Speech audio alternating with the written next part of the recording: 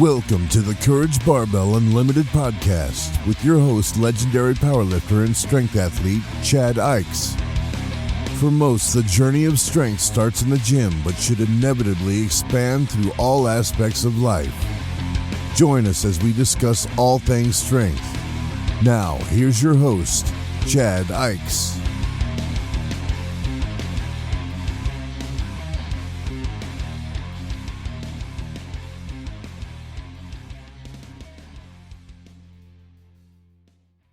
Hello, ladies and gentlemen. On today's episode, I want to kind of cover some basics of a little bit of undertraining, overtraining.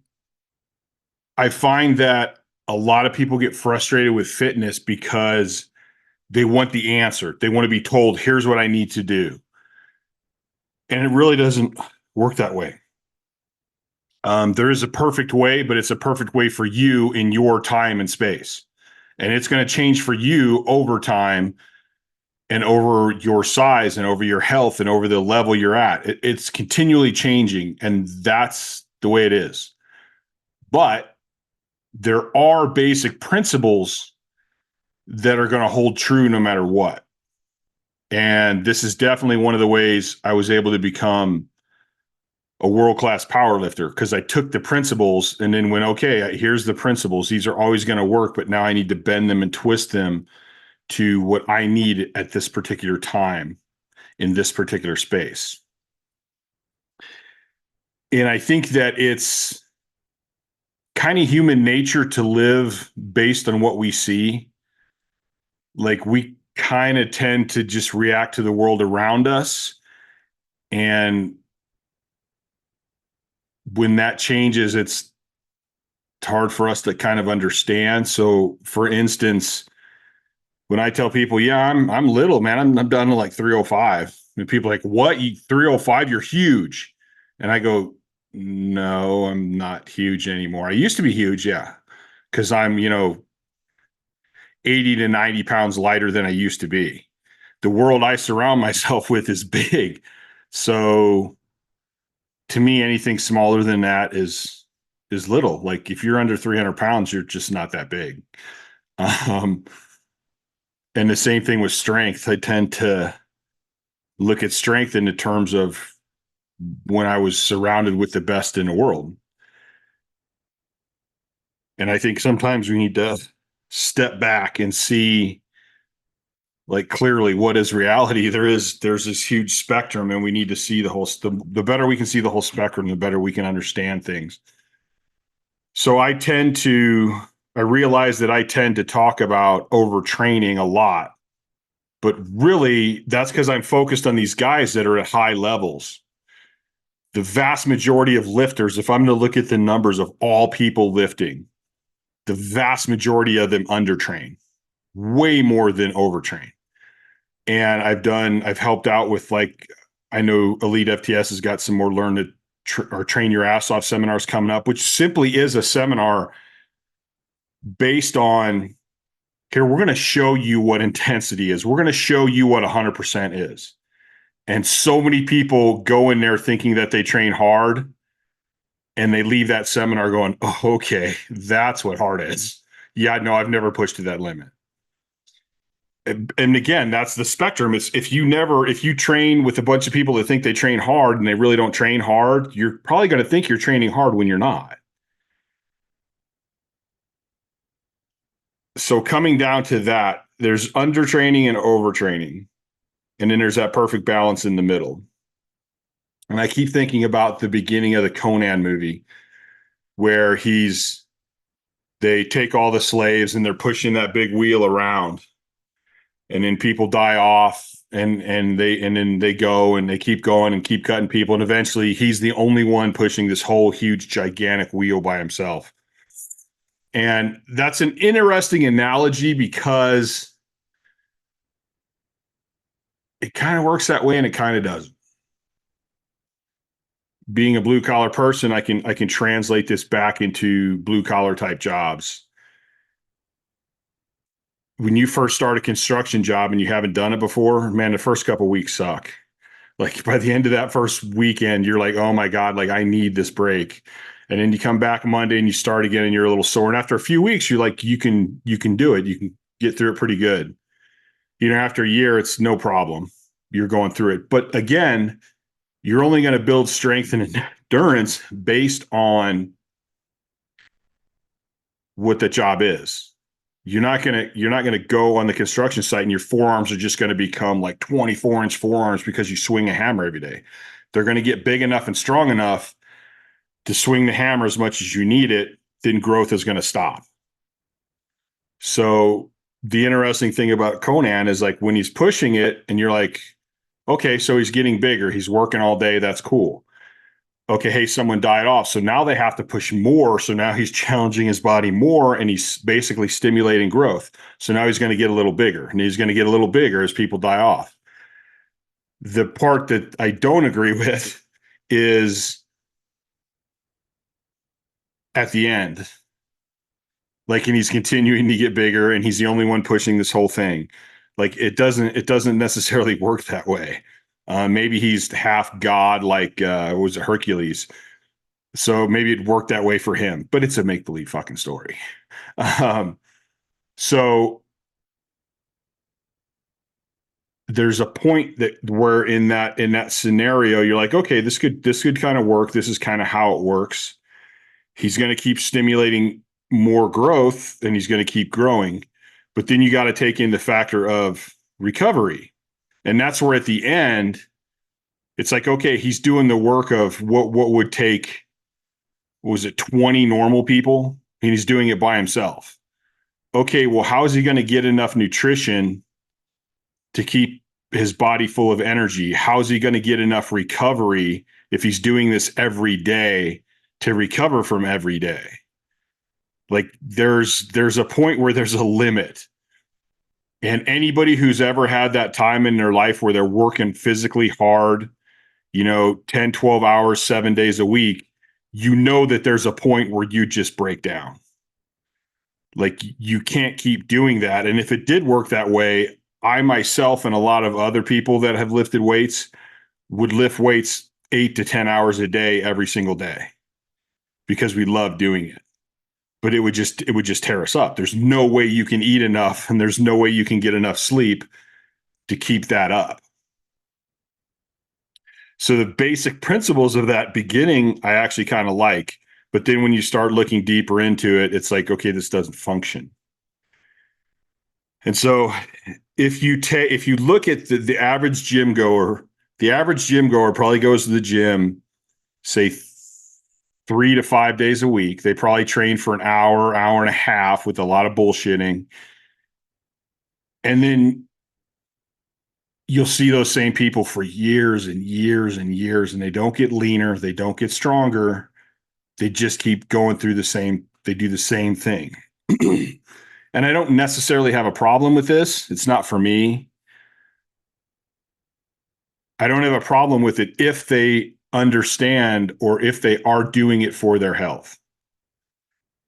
And in the terms of that, it's like, yeah, it's healthy that you're doing something active every day. And I look at that as if you take two people, if you take somebody who has a sedentary job and doesn't do any exercise, and you take somebody who has a physical job and doesn't do any exercise, the person with the physical job is more than likely going to be healthier. They're more than likely going to live longer. So a lot of these people that go to the gym have sedentary jobs, and now they're going to the gym to do this other stuff. And I think that's great because it is better for them. But as far as them making gains and changes and progressing, they're just not pushing it hard enough. They're kind of doing their bare minimum. They're going in there to move their bodies, to get some physical activity, to burn a few calories. And that's cool. That's good. But if you're coming to me and you want to be stronger or you want to be leaner or you want to be buffer, that's not going to cut it. Because all you're doing is the bare minimum. You're not you stimulated enough growth to be able to come and do that 3 to 5 days a week for an hour. That's all you did. So now your body has adapted to that and it's going to stay there. It's not going to go any more or any less. And I think another example that when you do that, like say take that person that has that sedentary job And then they go on vacation for a week. And on that vacation, they're on vacation. So they want to go do this stuff and they want to go walk around and they want to go explore all this stuff, go to the museum or the amusement park. And they come back and they're utterly exhausted because they're used to sitting on their butt at work doing hardly anything. Now they're actually active and it kicked their butt for a week because they're not used to it. Our bodies adapt to what we do all the time. Now, this is one of the main concepts of health, fitness, weight loss, weight gain, strength gain. You have to stimulate the body to want to grow. And doing that means you're going to push it beyond what it's used to, where it goes, oh shit, this guy's going to expect me to do this. I need to get better. But if that stimulation ever stops, you're going to level out. This is a main concept of exercise. And this goes for anything. This even goes for like endurance sports. You know, if you want to be a road bike guy, you got to keep pushing it till you get to where you want to go, or you get to where you can handle the race that you want. But then if you want to get better and you want to decrease your time at that race, you're going to have to continually push your body to keep growing and keep adapting to the stimulation, which is more endurance-based than muscular-based.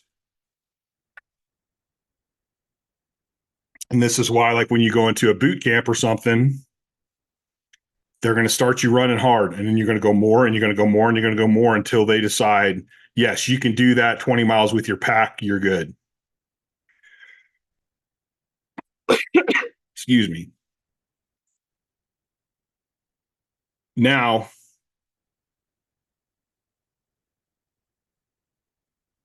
you have to have that stimulation of growth. But you also have to consider the recovery from that session and the time for your body to actually grow.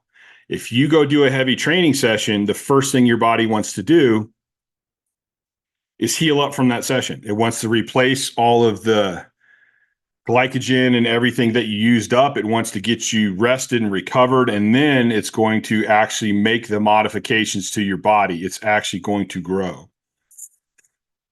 And this is the part where I say when a lot of lifters are overtrained, they're training really heavy, they're training really hard, but they're not giving themselves time to grow. They're back in the gym before they actually recovered. And you can surprisingly keep this up for a long time, but you're going in there and working really hard and you're not seeing any gains.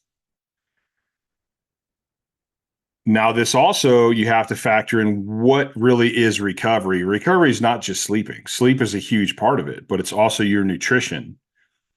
It's also like your mobility work, your flexibility work, your GPP work.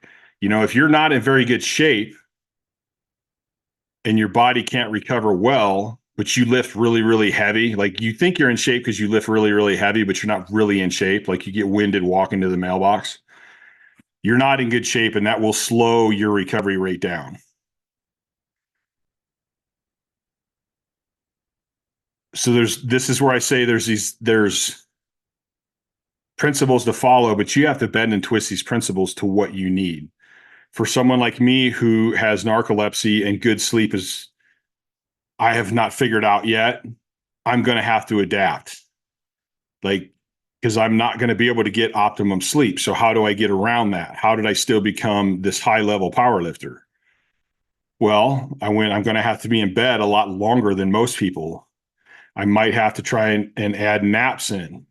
You know, I'm going to have to try to really be conscious of keeping my central nervous system relaxed and in a parasympathetic state than a sympathetic state. I'm really going to have to control how I react to the external world, basically meaning I'm not going to react to the external world. I'm going to react from within myself. And there's a lot of different things with that. But the basic principle I want to talk about here is if you don't stimulate the growth, you're not going to get bigger. And like I said, I used the carpenter a lot in the old days when they swung a hammer all day. Yeah, they had strong ass hands and strong ass forearms, but they didn't continue to grow. They grew to one point where they could handle what the stimulation was, and then they stopped. So you have to keep pushing that limit in order to keep growing. Now, there's multiple ways to do this. If you're a bodybuilder, you're not really concerned with overall strength. You're concerned with size. So I've seen some huge guys. I'm talking like 24-inch arms, and their best bench is like 315. Which I'm like, how did you get so big and you're not like strong as hell? And now I've seen some bodybuilders that are strong as hell that could be powerlifters if they wanted to. And I've seen powerlifters that aren't that big but are strong as hell. So like there's a little difference in everybody, but if you're focusing on size, you don't necessarily need to stimulate the muscle with weight. Or let me say, I should say the weight isn't important. Like there's bodybuilders that can change the angle of the movement, change the tempo of the movement. There's a lot of different things that you can make a lighter weight really, really hard to stimulate that muscle to grow. If you're talking about a power lifter, we want to stimulate it to get stronger. So we are going to be lifting heavy a lot. We are going to be pushing the limits. And and we can break that down to another factor. There's a lot of guys that feel like you only need to go to somewhere between 85 to 95% to stimulate that growth.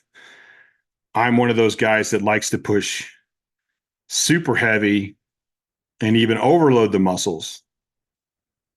And that's how I stimulated most of my growth. Now that took more time for me to recover from than the other people. So then you start trying to calculate, is it better for me to go not quite as heavy, but I can train more often? Is it better for me to go super heavy, but I can't train as often? And then how much do you personally recover from sessions? That's where the difference is. And this even goes back to the beginning of Conan now, which is another point that I do agree with, is everybody's different. Everybody has different genetics. We all have some sort of genetic advantage in some way, but in other ways, it may not be an advantage to us. So Conan could have been the guy that recovers insanely fast. He could have been the guy that stimulates growth really, really easy. So where some of the guys fall off in the very beginning, maybe it's that they're really slow recoverers.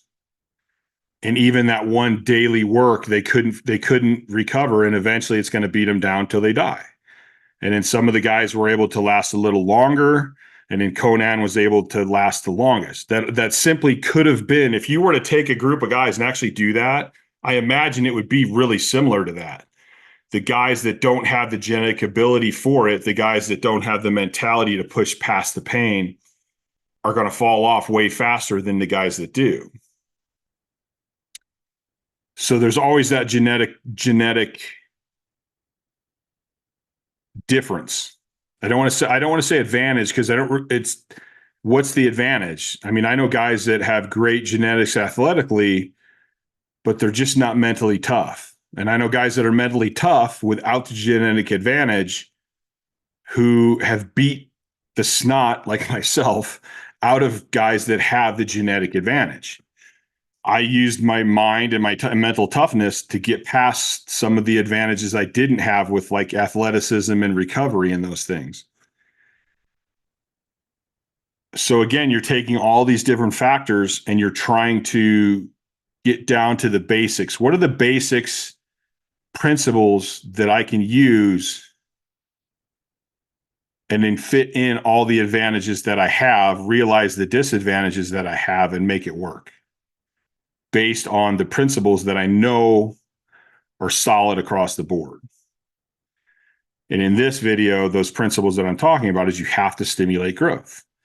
You have to recover from that training. Then you have to give your body time to actually grow. For some people, that's going to happen fast. For some people, it's going to take longer. And part of this video is trying to get people to realize that you're different. Don't follow somebody just because you like them. Don't follow somebody because they look good to you and you want to look like them. Like, find people that are more similar to you. And really, in the end, I say follow your own rules. You know, if you go, hey, I want to be a top bodybuilder, it's cool to look at top bodybuilders. What are they doing? What do you need to look like? What's going to get you on that stage? But at some point, you got to get down to, what do you need?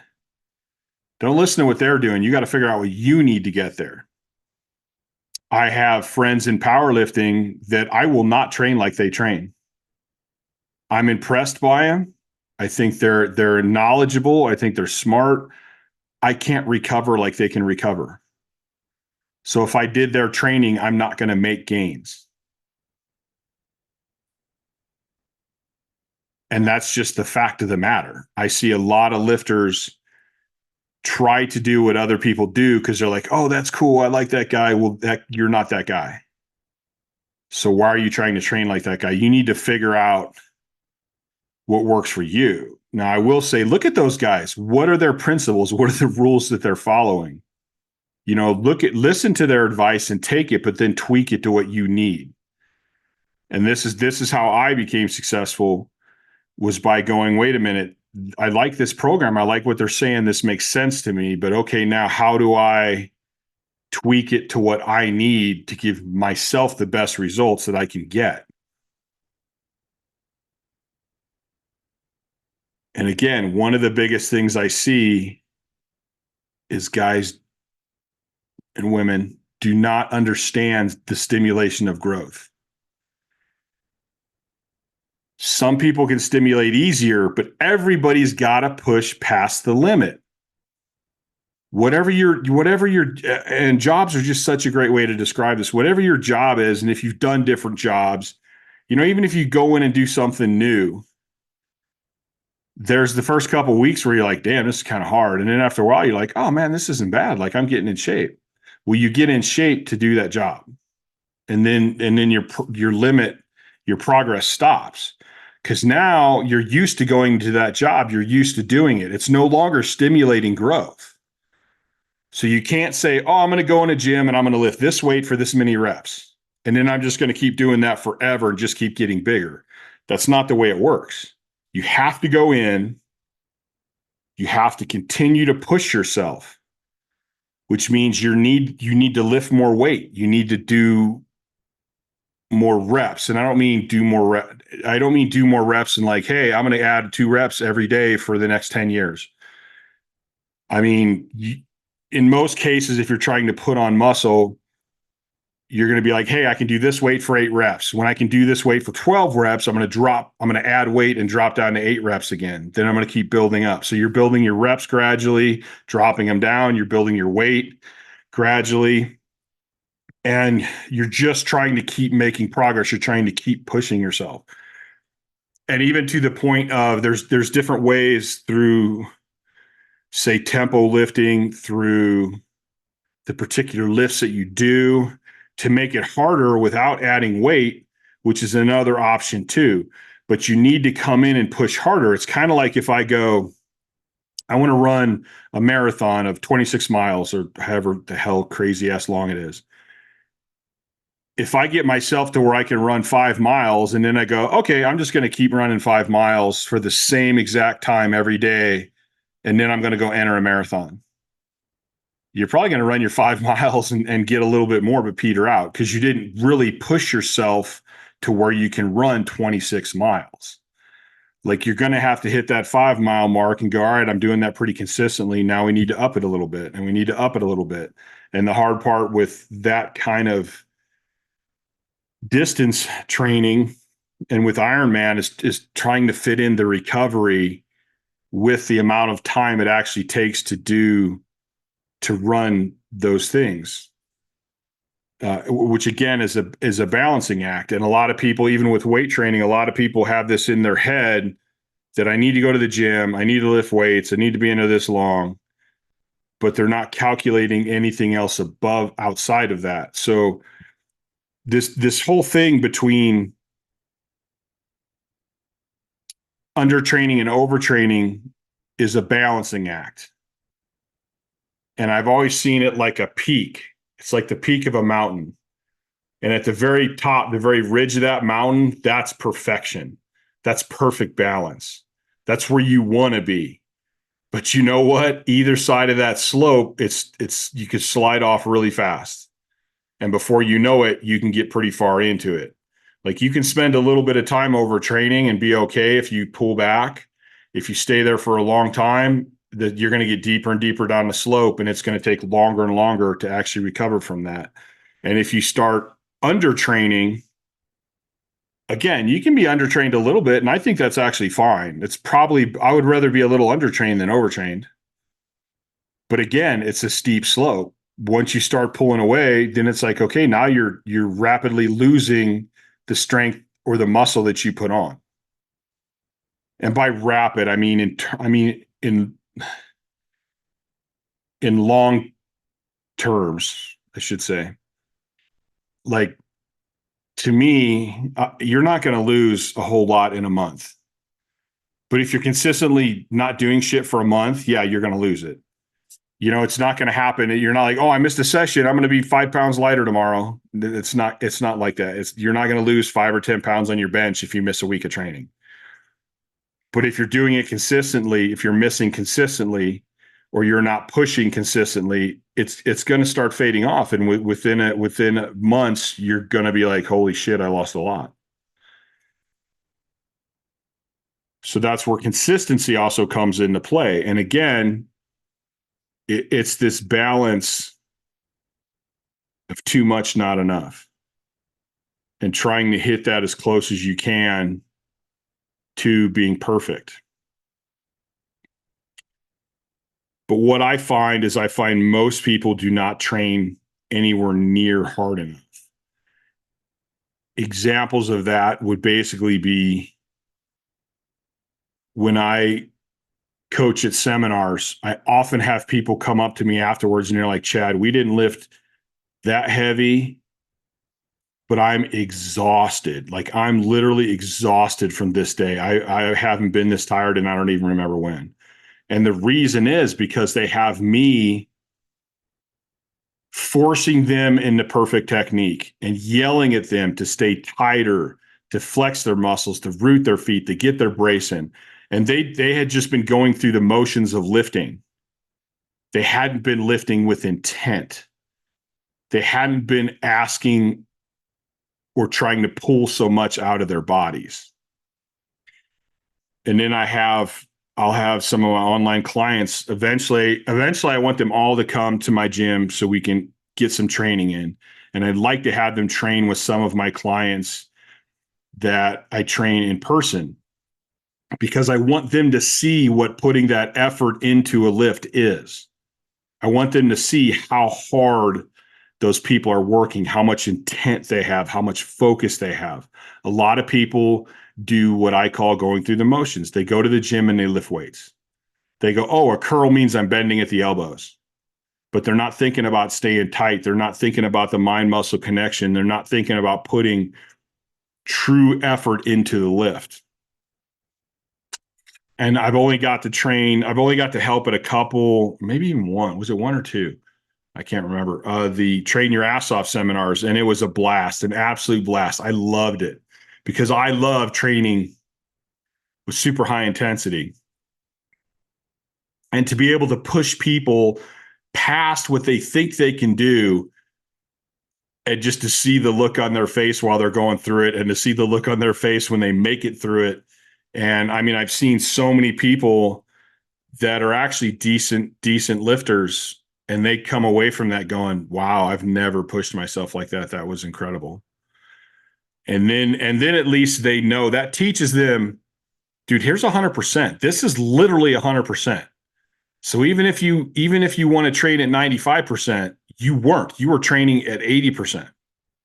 And now you at least know what 100 is to better know what 95 is. I did this myself when I was a kid. My best example is when I would squat. I would squat in the basement, and if I could walk up the stairs In my brain, I would go, no, you have more. You're not done yet. And then my squat session would last until I couldn't physically get up the stairs. And I would have to sit on the stairs till I recovered enough to get back upstairs. And I did that with my bench pressing. I did it with curls. I did it with just about everything. And I think that taught me a good base. That taught me what is stimulation? How far do I need to go? Now, at a certain point when I gained so much strength, that's when I started overtraining pretty bad. And it took me a while to figure that out and learn that there's too far. There is a balance. There's a balance with everything in this universe. And I think what happens is people try to say either you're in balance or you're not. And that's not the case. It's not about being in balance or not being balanced. It's about where is the balance. You need to maintain a balance. It might not be an equal balance, but you need to maintain a balance. If you want to be the best in the world at something, you can't have equal balance. And who the hell ever has equal balance in their life anyway? Like, equal balance is impossible. It's not important to keep equal balance. It's important to keep a balance that is within the limits to help you reach your goal. Because I would say if all you wanted to do was go 100% at one thing, but everything else in your life crashes, that's eventually going to affect you trying to get that goal. So having no balance is no good ever for anybody. This is a great argument that I have with a lot of people. So it's important for people to understand that there's undertraining and there's overtraining. You want to hit in that sweet zone to where you're stimulating the growth in your training, whatever your training is. And then outside of that training, you're still outside of the training, the physical training, you're still training. Okay? Because now that you stimulated growth, you want to recover from the session and let your body grow. But you don't just want to be like willy-nilly, like, oh yeah, I'm recovering, whatever. Like, you want to train that recovery just as hard as you train the physical training in the gym or on the court or on the field. It's not like, oh, I'm going to kind of eat and I'm going to kind of sleep. No, you figure out the nutrition that you need. You figure out the nutrition that's going to give you the optimum recovery and optimum growth. And then you make that happen. And odds are it's going to be eating more than you normally eat or more than you want to eat. It's going to be eating way healthier foods than you normally eat. Then you also need to go, hey, my muscles just got pushed. They're tight. They could be knotting up. I need to do some mobility and flexibility work to help them recover faster. That stuff's not that much fun, quite honestly. It feels good, but it's not that much fun. But it's just as important as the training in the gym. So you need to do that work. And now you need to stay in shape to help your recovery work well. That means doing general physical preparedness or GPP work. Even if that's regular walks during the day, even if that's the 10-minute walks after meals. I'm a BMX bike guy. I like riding my BMX bike. That's what I do. Or that's one of my main ones. It could be sled dragging. It could be going back into the gym and doing really, really light timed work. But all this is going to help speed the recovery, and it's going to keep you in better shape so your body functions better and it can recover better. Then there's the sleep. Most people do not get anywhere near enough sleep, especially if they're training hard. It's really easy to go, oh, I'm busy. It's really easy to go, but I want to finish this show. Oh, I'm catching up on my social media. No, you need that sleep. You need to get that sleep, and you need to look at sleep as being absolutely as important as training. Now, if you get all that recovery, you train it hard and you get it pinned down and you're nailing it. That's probably going to allow you to actually train more often. And if you can do this whole system of training, recovery, the modalities, nutrition, sleep, you're going to be able to run this whole thing much faster. You're going to be in the gym training more often. This is going to mean you're going to get to your goal much faster. But what you can't do is you can't go, oh, I want to train harder because I want to get my goal faster. But then you don't pay attention to making your recovery better. This is when you start hitting those overtraining phases. You can't just go, well, I'm going to train 7 days a week, but you're recovering like shit. Like there has to be the balance between the training and the recovery. And if you're under training in the gym, if you're not pushing and stimulating growth, that's the number one thing. If you're not pushing your body enough to stimulate growth, it doesn't matter. It's not going to grow.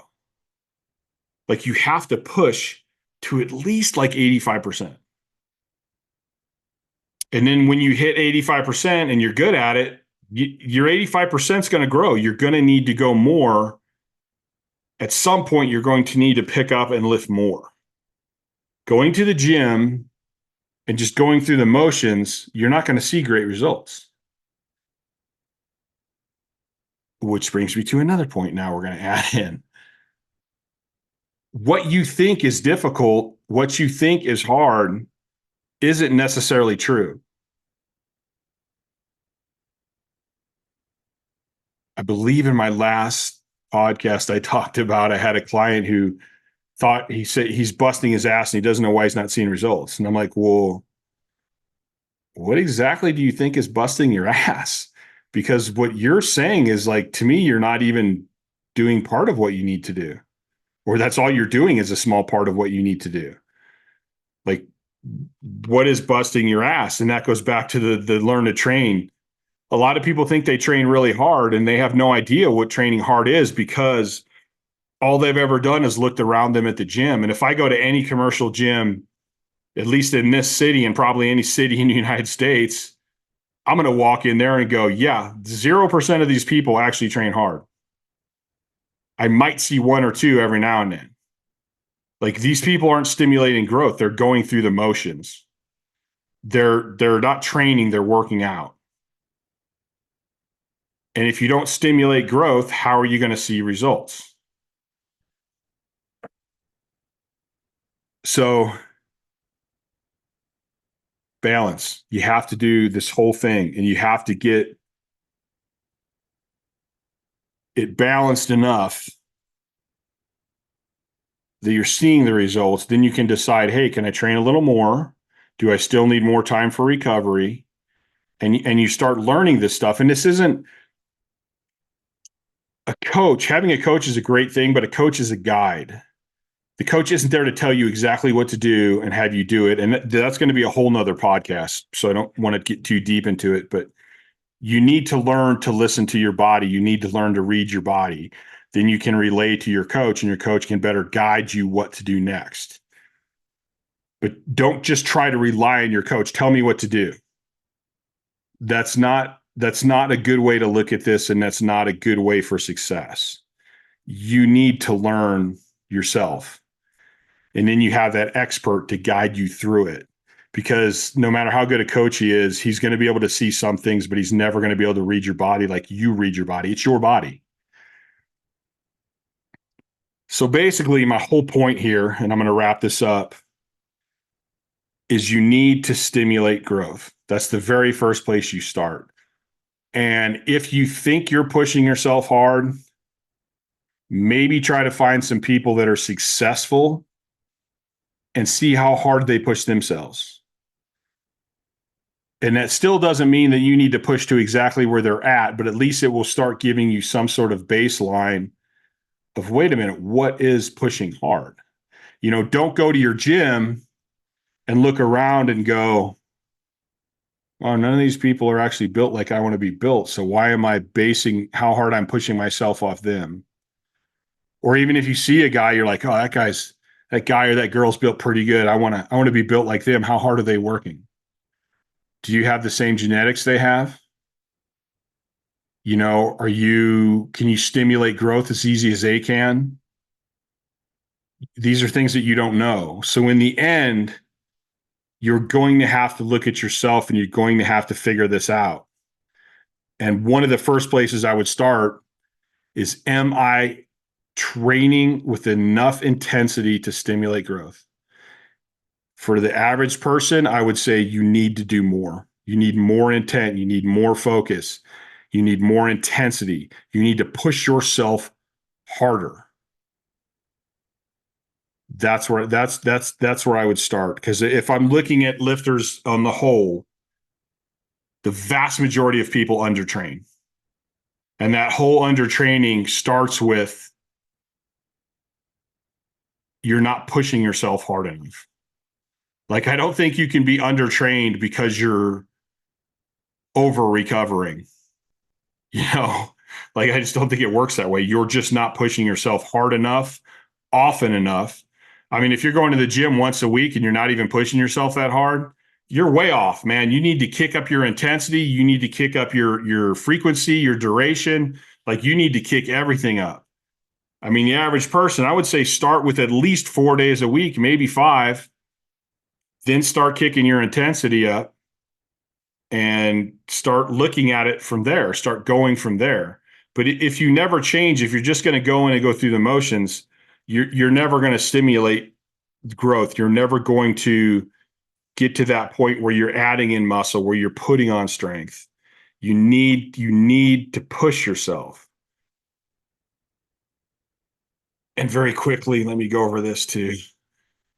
The odds of overtraining as a new lifter or as someone who's never really pushed themselves, the odds of overtraining are pretty rare. The people that actually do hit overtraining or are the somewhat psychotic people, such as myself. The people that have like crazy mentally tough, where they can just keep pushing and just go through these crazy sessions. But even at that, when I was younger and I was first lifting, I don't think I overtrained because, or at least not bad, I didn't have the ability. Like, if you're new to lifting, you probably don't have the ability. You don't have the muscle control. You don't have the technique. You don't understand rooting or bracing. You don't have the ability to push your central nervous system that far. You don't have the ability to push your muscles that far. So you can train super, super hard and you're going to feel like you're training hard, but you're not really training hard. And that's going to come, but you need to push like that. You need to push hard. And that's where you're going to learn the muscle control. You're going to learn to tap into your central nervous system. Then as you actually start getting stronger, as you start getting that muscle control, as you start getting that mind muscle connection, you're making gains, this is where you actually need to start thinking really seriously about, okay, am I overtraining now? Do I need to really start pushing my recovery? Do I need to make sure that it's right on? Like, if you're like in powerlifting, if you're like a mid-level lifter, that's when you should probably start thinking about, do I really need to, I could possibly be overtraining. So let me maximize all my recovery work and let me maximize what's happening outside the gym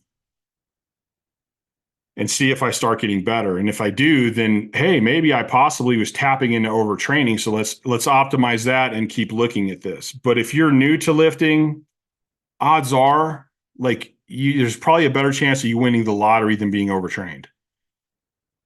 If you're new to powerlifting, or you're like, you haven't even hit that like middle point, like you're not even ranked mid-level, you're probably not overtrained. Like, when you start looking at hitting like the top 100, or depending on how many people are in your weight class, I would say the top 50 to 25, you need to consider overtraining. You need to start thinking about this stuff. If you're under that, you need to start thinking, how can I pick it up? How can I push myself further? How can I really test my body and challenge myself? All right, guys, this is something, and gals, this is something I want you to think about. Just consider it. And even if you are newer to lifting, or you're a low-level power lifter, just keep it in mind and start considering it and start thinking, hey, if I can optimize my recovery, I'm still not overtrained, then maybe I could train a little more frequently, which is going to get me to my goals faster. And then keep in mind that there's going to be a point where you have such good muscle control and you have such good technique and you have such good mind muscle connection that you really need to start considering where am I at? Am I overtrained now? Do I need to back off and give myself more recovery? Because I don't get stronger in the gym. I stimulate growth in the gym. I get stronger once I've recovered and I'm allowing my body to grow. That is probably the best wrap up of this whole thing. Remember that. Remember, strength doesn't come in the gym. Stimulation of growth comes in the gym. That means a lot of intensity. The growth comes after you've let your body recover. Then you grow and you get stronger. All these things are tied together. Don't think you're getting stronger in the gym, because you're not. If that was true, at the end of your training session, you would be stronger than the beginning of it. You get stronger outside the gym. As you grow, as you get stronger, as you get better, as you can push your body more, you're going to need more recovery, because your muscles will grow. Your bones can get denser. Your tendons and ligaments can get thicker. But you know what happens to your central nervous system and your organs? They all pretty much stay the same. So now everything that's trying to recover your muscles has pretty much stayed the same, but everything else has grown. So the stronger you get, the bigger you get, the more recovery you're going to need. And that's, once you start hitting those phases, that's where overtraining starts becoming a factor. I'm out of here. Check out Chad. Check out Chad Ikes on Instagram. Check out CourageBarbell.com. And I will talk to you guys later. But for now, I'm out of here.